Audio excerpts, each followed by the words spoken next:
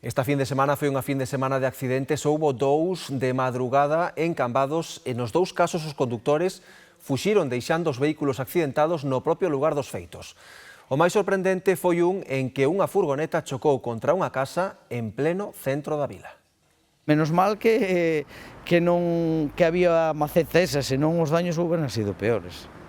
É que a farola esa, pois non lle calleu encima porque rozouna, sabes?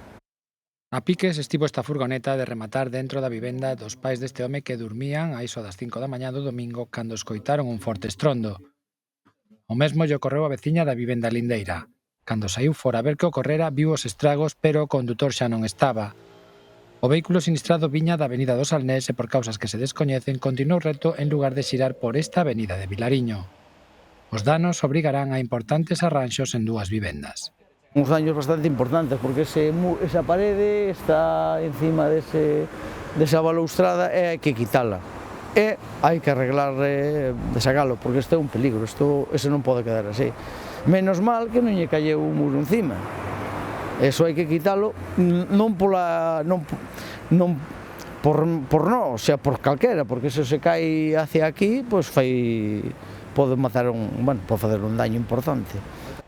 Non foi o único incidente dese tipo esa noite. Na mesma rúa, pero xunto á rotonda que dá acceso a Cambados, outro vehículo saía da vía e remataba encaixado nunha leira na beira da estrada.